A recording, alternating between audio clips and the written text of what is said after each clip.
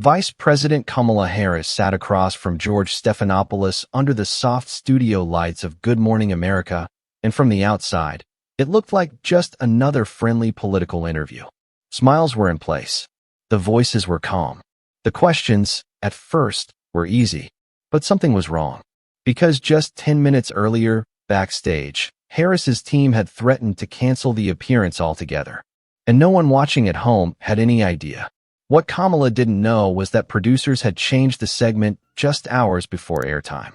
The original plan, a straightforward interview about Biden's economic wins, had been scrapped after a last-minute call from senior ABC executives.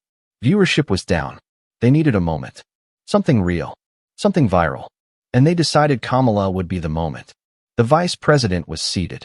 The stage was lit. The countdown began. And right before the cameras went live, George looked across the table and said quietly, "I hope you're ready." That was the first sign. Because George never says things like that. And Kamala knew, in that split second, that something was coming. Something her staff hadn't prepared her for. What neither of them knew was that millions of people watching from home were about to see a confrontation no one expected. The first 5 minutes were smooth. Jobs numbers. Inflation easing. A few generic questions about the economy. Kamala stayed on message. She delivered the talking points with polished clarity, smiling just enough to seem confident, but serious enough to remind viewers she wasn't there to play. And then George changed everything. He leaned in, lowered his voice slightly, and asked the question Kamala's team had explicitly warned producers not to ask. He said, "Madam Vice President, there's growing speculation, even within your own party, that you've become a liability for the 2024 campaign. What's your response?" Kamala's expression didn't move, but her silence lasted 2 seconds too long. She said, "I think those comments reflect political noise, not political reality." But George didn't let go. He said, "Are you saying your own colleagues in the Democratic Party are wrong to be concerned about your leadership?" Kamala replied, "I'm saying the American people elected this administration because they believed in our vision. And that vision hasn't changed." George smiled, but it wasn't warm. He said, "But their confidence might have. Your approval rating is at 32%, lower than any vice president in modern polling history. Do you take responsibility for that?" The pause was shorter this time. Kamala said, "When you're the first woman, and the first woman of color, to hold this office, you're judged by a different standard. I take responsibility for doing the work, not for how others choose to spin it." The atmosphere shifted. George said, "So you're blaming the media?" Kamala's voice stayed even. "I'm saying we both know how narratives get shaped, George. And I'm not interested in distractions." But George wasn't moving on. He said, "Let's talk about the border. The administration put you in charge of the immigration crisis. 2 years later, the situation has worsened. Illegal crossings hit record highs. Do you believe you've succeeded in that role?" This was the moment her aide stood up behind the cameras.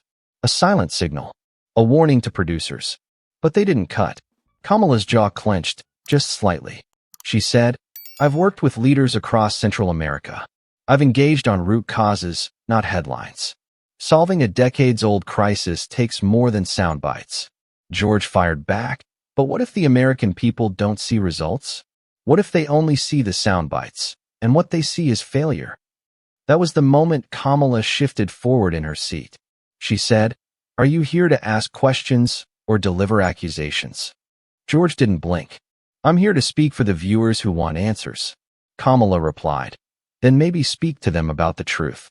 Not about polls, not about party gossip, but about what's actually happening on the ground." The tension was thick now.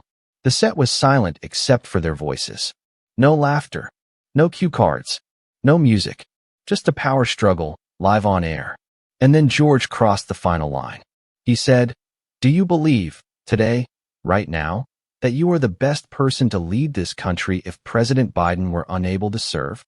Kamala didn't speak right away. She looked directly into the camera, and she said, "Yes, I do. And the fact that you feel the need to ask that, on national television, says more about you than it does about me." The control room froze. The producer's hand hovered over the go-to-break button, but it was too late. George said, Some might say that answer didn't inspire confidence. And that's when it happened. Kamala stood up. Not in anger. Not to storm off. She stood like someone who had decided she didn't owe the room anything more. She removed her mic. And she walked off the set without a word. Viewers didn't see the chaos that followed. They didn't see the stage manager rush to stop her. They didn't see the whispers in the control room, the anchor-wide panic, the producer shouting, "Stay wide. Stay wide." They didn't see the exact moment when a senior ABC executive gave the order. "She's done. Cut her feed." And that's how it happened. Kamala Harris was removed from the live broadcast of Good Morning America, not because she yelled, not because she broke down, but because she refused to play the part they wanted her to play. And when the cameras returned, George was sitting alone, looking down, as if even he wasn't sure what had just happened. The backlash began before the segment even ended. Clips of Kamala walking off the set hit social media while George was still speaking. It didn't matter that the network tried to smooth it over. It didn't matter that they pivoted to a feel-good story about back-to-school shopping in Ohio, because no one was listening anymore. The country was watching the clip, and no one could agree on what they had just seen. Some said it was weakness. Some said it was strength. But no one said it didn't matter. Inside the White House, the reaction was immediate. Senior staff huddled around phones. The communications director replayed the footage 6 times in silence before saying, "They set her up." No one disagreed. But what complicated things was that they knew this wasn't an accident. It was coordinated.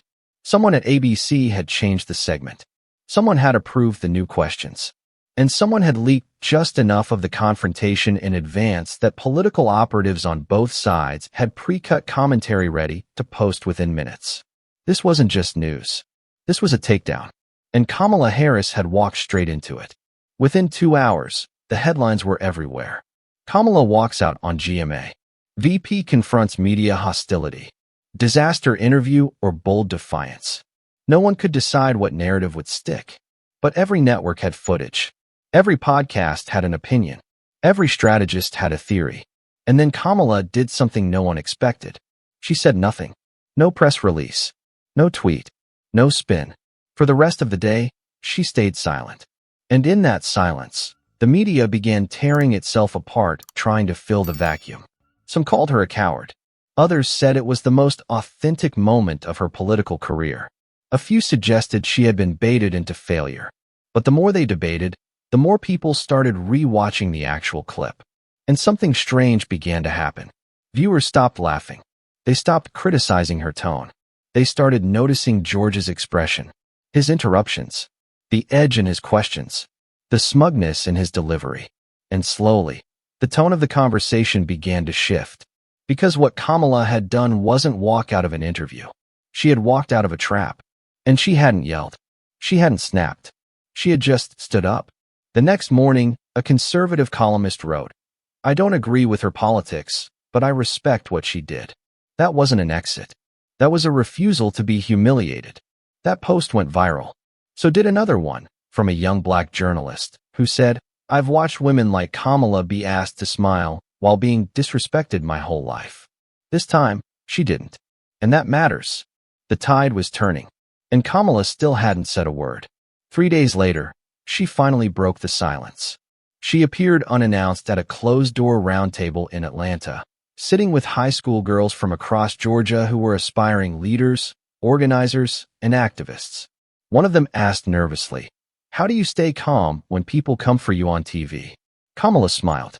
She said, "Sometimes the most powerful thing you can do is not perform, not explain, just stand up and leave the table." The clip was posted without any fanfare, but it spread faster than anything the White House had released in months. Because this time, it didn't sound like spin. It sounded like truth. And while political analysts kept debating whether the moment helped or hurt her future, the viewers, the real viewers, had already made up their minds. Something had shifted, and not just in Kamala Harris's image. In how the country saw power, silence, and control. She hadn't been kicked off Good Morning America. She had rejected the idea that she had to stay. And that difference, that one quiet choice, would echo far beyond a morning show segment. It would start to redefine what dignity under pressure looked like. And it would remind millions that sometimes walking away isn't weakness. It's the beginning of something stronger.